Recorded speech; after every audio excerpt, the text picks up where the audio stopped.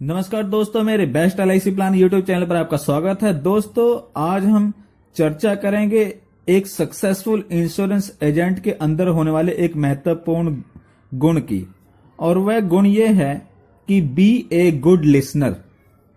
इस गुण के बिना कोई भी सेल्स एजेंट सक्सेसफुल नहीं हो सकता। तो आइए जानते हैं कि हम अपने में इस गुण को कैसे विकसित कर सकते हैं।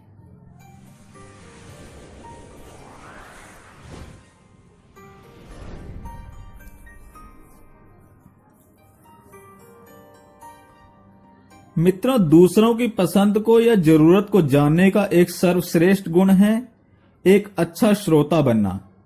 अच्छी तरह से सुनना एक कला है। मैं तो कहता हूं कि जो बोलता है वह अपना अंदर खोलता है, और जो सुनता है वह मोती चुनता है। सुनना ही सफलता की कुंजी है। ग्राहकों के साथ हमें एक अच्छा श्रोता बनकर रहना चाहिए। ग्राहक जब बोले तो उसे ध्यानपूर्वक सुनना चाहिए। उसकी बातों में रुचि लेनी चाहिए। रुचि लेकर सुनने से ही हम उसकी पसंद, नापसंद एवं जरूरतों को जान सकते हैं। अगर वह मूल विषय से भटक कर भी बोल रहा हो तो भी हमें उसका आदर करना चाहिए।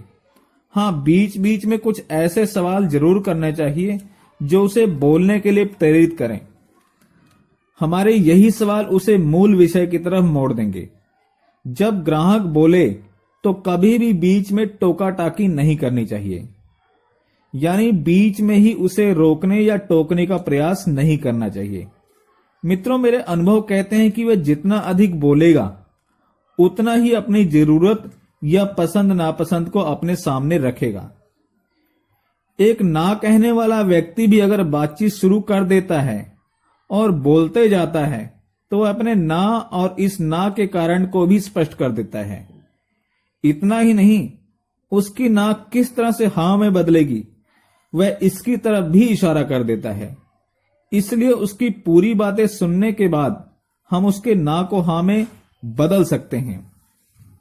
मैं अपने एक मित्र को जीवन लाभ 25-16 के बारे में बेनिफिट मैंने उसको बताए थे, और उसी सिलसिले में मैं एक दिन अपने उस मित्र के घर गया। मैंने जैसे ही एलआईसी पॉलिसी की बात शुरू की, वह तुरंत बोल पड़ा, नहीं सर, सॉरी, अभी हम पॉलिसी की कोई बात नहीं करेंगे। अभी हमने कोई पॉलिसी नहीं करवानी।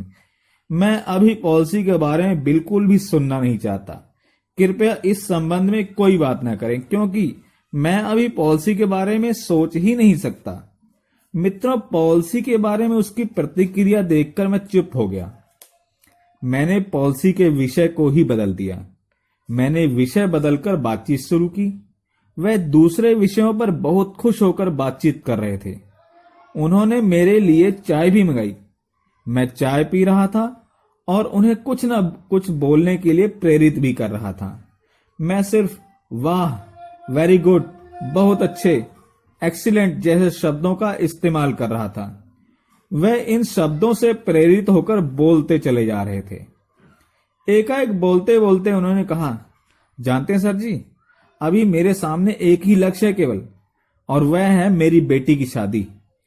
10-12 वर्षों के बाद हमें अपनी बेटी की शादी करनी है, और मेरी एक ही बेटी है, इसलिए मैं किसी भी तरह के अन्य खर्चे नहीं कर सकता भी, और उसकी शादी में कोई भी खर्चे की कमी नहीं आने दूंगा। शादी में एक गाड़ी भी दूंगा, अच्छे होटल में शादी करूंगा। अभी मेरे सामने केवल यही लक्ष्य है। इसीलिए मैंने आपसे कहा था कि फिलहाल मैं इंश्योरेंस के बारे में सोच भी नहीं सकता। बीमे की पॉलिसियां तो बड़ी लंबी लंबी अवधियों के लिए होती हैं। मेरे पास इतना समय नहीं है। मित्रों, उनकी बात को सुनकर मेरे चेहरे पर चमक आ गई, क्योंकि उनकी ना का कारण स्पष्ट हो चुका था। मैंने कहा, सर आप बिल्कुल ठीक कहते हैं। अभी तो हमें सोनिया बेटी के बारे में ही प्लानिंग करनी चाहिए। अभी तो बीमे से ज्यादा उसकी शादी की प्लानिंग जरूरी है। वह भी मेरी बातों से खुश हो गए। मैंने फिर कहा, सर मैं सोनिया बिटिया के लिए आपको एक आइडिया दूं क्या? वे बोले, सर क्यों नहीं हम सोनिया बिटिया की शादी के लिए एक बजट बनाएं, और किस किस काम में कितने पैसे खर्च होंगे, अभी से उस फंड में कितने पैसों का प्रबंध हो चुका है और कितना बाकी है, जितना बाकी है उन पैसों के इंतजाम के लिए क्यों ना हम एक मैरिज रेकरिंग खोल लें, जिससे हमें हर महीने पैसे जमा करेंगे और शादी के समय बजट के अनुसार एक मुश्त पैसे भी मिल जाएंगे। हाँ, ये तो मैं कर सकता हूं, यह मुझे ठीक लग रहा है। ऐसा कहते हुए उनके चेहरे पर चमक आ गई। उन्होंने एक जगह मोटा मोटी खर्चे लिखे और मुझे अपने डिपॉजिट के बारे में भी कुछ आइडियाज दिए। और सब कुछ देखने के बाद मैंने कहा, सर अभी बच्ची की शादी में लगभग 10-12 वर्ष बाकी हैं, क्यों ना हम अभी से 10,000 रुपये हर महीने उसके लिए जमा करें। अगर हम ऐसा करते हैं तो उसकी शादी के समय एक अच्छी रकम मिल जाएगी। हाँ, एक बात और है, आप जिस खर्चे के लिए हमें 10,000 रुपये हर महीने जमा करेंगे, भगवान न करे अगर आपके साथ बीच में ही कोई बात हो गई, कोई अनहोनी हो गई, तो उस बजट के पैसे जो होंगे वो बिना कोई किस्त चुकाए शादी के समय बिटिया को मिल जाएंगे। और इसके अलावा खर्चे पाने के लिए भी बिटिया को हर वर्ष एक निश्चित रकम भी मिलती रहेगी। क्या वास्तव में ऐसा है? उन्होंने आश्चर्यचकित होकर पूछा। अगर कुछ ऐसा होता है तो बिना पैसे जमा किए हुए ही भावना की शादी के लिए भी पैसे मुझे पूरे मिल जाएंगे। उनके चेहरे पर आश्चर्य की चमक दिख रही थी। मैंने हाँ कहा और जोर देकर मैंने उनको बोला।